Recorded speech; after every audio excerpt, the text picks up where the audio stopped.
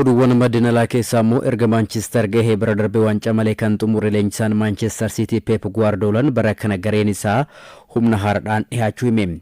Kilabiin tokko ji'aatiin akka gareetti fooyya'aa kan deemu yoo ta'e Premier League England ni injifata. Nutis waancaa kilaboota addunyaatiin booda haala akkasirratti argamnaan yaada Pep Guardiolaati. Abubakar Abdallaa moo xiinxala BBC Sport akka taanutti qindeesseera.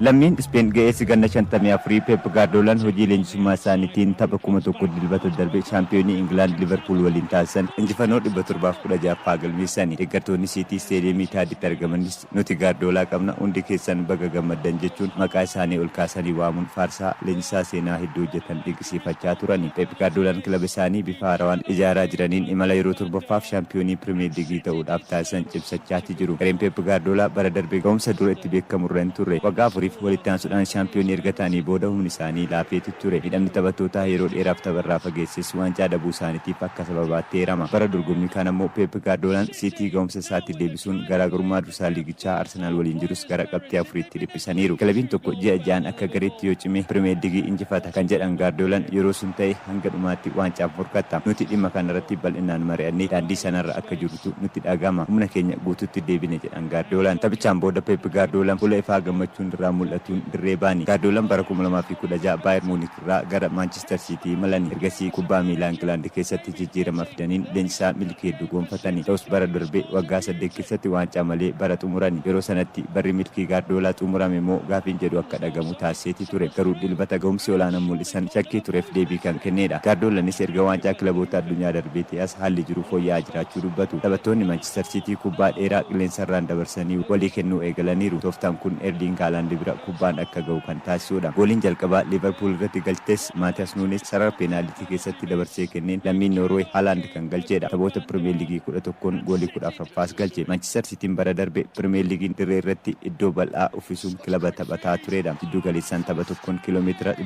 115.3 taphattoonni City uffisaniiru. Guardiolaanis haalli nuti itti dhiibbaa uumnuu fi ittisnu kan tilmaamamuu miti jechuun morkattoonni isaanii tapha Manchester City akka hin tilmaamne gochuu dubbatu. Manchester Cityn Premier League baranaan Brighton, Tottenham fi Aston Villaan mo'atameeti ture. Kanneen keessaa lamaan isaa hagayya keessa mo'atame. Kana darbee taphattoonni milkii kilabichaatiif waggoota as dhiyootti gumaacha olaanaa taasisan Kevin De Bruyne, Kyle Walker, Jack Grealish, Ilkay Gundogan fi Ederson gadhiisaniiti turan. Garuu dorgommii hundaa taphoota 14 darban keessaa tokko qofa injifatamuun isaanii Cityn walitti fufiinsaan ga'umsa ittiin beekamutti deebi'aa jiraachuu kan mul'isudha. Biyyaa fi kilaba isaatiif barana gool 28 kan galche Erling Haaland milkaa'ina kilabichaatiif gahee olaanaa taphachaa jira. Yeroo Roodiin miidhametti Nico Gonzalez iddoo lakkoofsa 6tti dandeettii isaa guddifachaa dhufeera. Barana taphattoota City kamuu caalaa kubbaa tuqe. Taphataan ittisa bitaa Nico O'Reilly kubbaa taphattoota faallaa harkaa buusuu irratti fooyyadha. Leenjisichis taphataa sirra jidduu Bernardo Silva addatti jaju. Dilbata darbe taphataan biroo gomsa gaarii mul'isaa ture Phil Foden gomsa isaatti deebi'aati jira. Xiinxalaan kubbaa miilaa Leon Dublin akka jedhutti Guardiolaan garee isaanii iddoo ofii isaanii barbaadanitti argachaa jiru jedha. Kun City isa duriitti beeknu kun City kubbaa to'achuun taphatu kan nuti yaadannudha jechuun kilabicha jaja. Chance to make it 3, chance to make it save 3. BE Premier League Itoophiyaa taphoota istaadiyeemii Finfinneetti taphatamaa turaniin Adaamaa fi Itiyoo Elektiriik kilaboota gooliin osoo hin mo'atamin xumuranidha. Adaamaan ammoo kilaba goolii osoo hin keessummeessin taphoota torbee 5 liigichaa xumuredha. Liigichi guyyoota 9 booda taphoota torbee 6ffaatiin ni deebi'a. Andanat Biraanuu ammoo taphoota istaadiyeemii Finfinneetti taphatamaa turan akka taanutti xiinxalee jira. CBE taphoota istaadiyeemii Finfinnee turaniin Adaamaan tapha tokko yoosoo hin mo'amin goolillee hin keessummeessine. Nageellee Arsii fi Hadiyaawus Anaan injifannoo malee yoo imalan Shaggar injifannoo tokko Qiddas Goorgis irratti gonfateen marsaa jalqabaa xumure. Taphoota 25 marsaa jalqabaa kanaan istaadiyeemii Finfinneetti taphatamuuf saganteeffaman keessaa taphoonni 2 sababa gulaallii waancaa Champions League Afrikaan madiin hirmaateef taphoota 23tu taphatame. Taphoonni 23 kunneen tamsaasa kallattii OBN sagalee uummataan jaalattoota kubbaa miilaa biras gahanii. Tapha baniinsaa Itiyoo Elektiriik goolii 1-0dhaan Shaggar mo'ateen kan eegale tamsaasni kallattii OBN hanga tapha torbee 5ffaan Shaggarii fi Hadiyaawus Anaan goolii 1 qixa xumuranitti qulqullina olaanaan dabalamuun afaan Oromoo fi Amaaraan hordoftootaaf tamsa'e.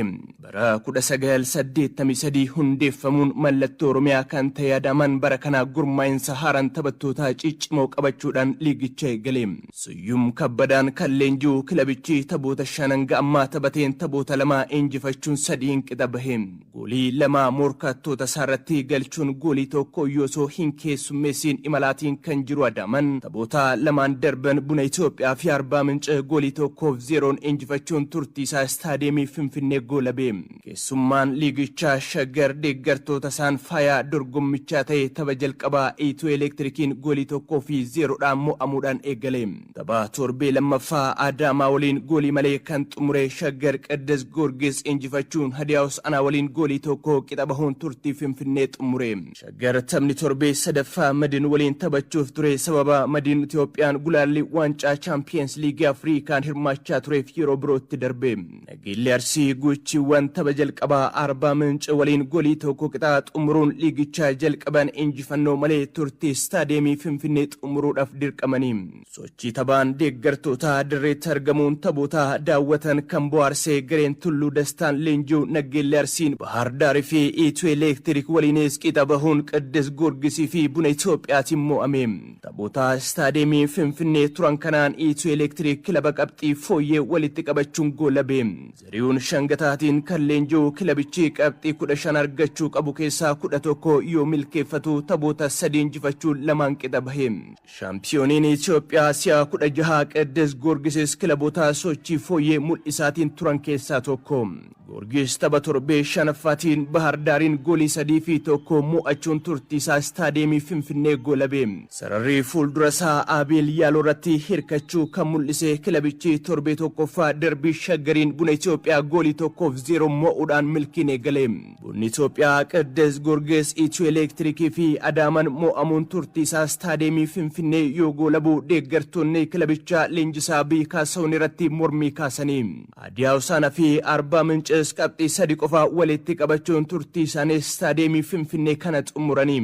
CBE Pirimeer Liigii Itoophiyaa kana hanga torbee shanaffaatti Bunni Sidaamaa qabxii 12 yoo dursu Machaan Itiyoo Elektiriikii fi Faasil qabxii 11 hordofaa jiru.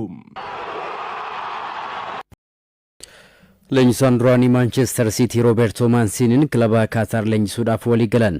Hojii leenjisummaa garee biyyaalessaa Saawudii Arabiyaa erga dhiisanii booda hojii malee kan jiran Roberto Manciniin ammas gara giddu gala bahaa deebi'uudhaaf dhiyaatan. Ji'a darbe keessa leenjisaa kilabichaa Felix Sanchez waliin gargar kan ba'e Al Sadd Roberto Mancinii qacaruudhaaf walii galtee irra ga'ee jira. Bara 2012 Manchester City waggoota 44 booda shaampiyoonii England kan godhan lammiin Itaalii umurii 60 Manciniin hanga xumura bara dorgommii 2025-26tti kilabicha leenjisuudhaaf tole jedhanii jiru. Akka gabaasaan gaazexaa Dello Sport yoo ta'e Roberto Manciniin gara Itaalii deebi'uudhaaf fedhii qabaatanis kilaba karoora isaanii milkeessuu danda'aniidhaa fi piroojeektii barbaadan wanta hin arganneedhaaf jecha gaafii Al Sadd fudhachuun ifoomee jira. Torbee kana keessas gara Qatar Dohaanii deemu jedhamee eegama. Al Sadd yeroo 18 shaampiyoonii Qatar ta'uudhaan seenaa kubbaa miilaa biyyattii keessatti kilaba milkii olaanaa qabudha.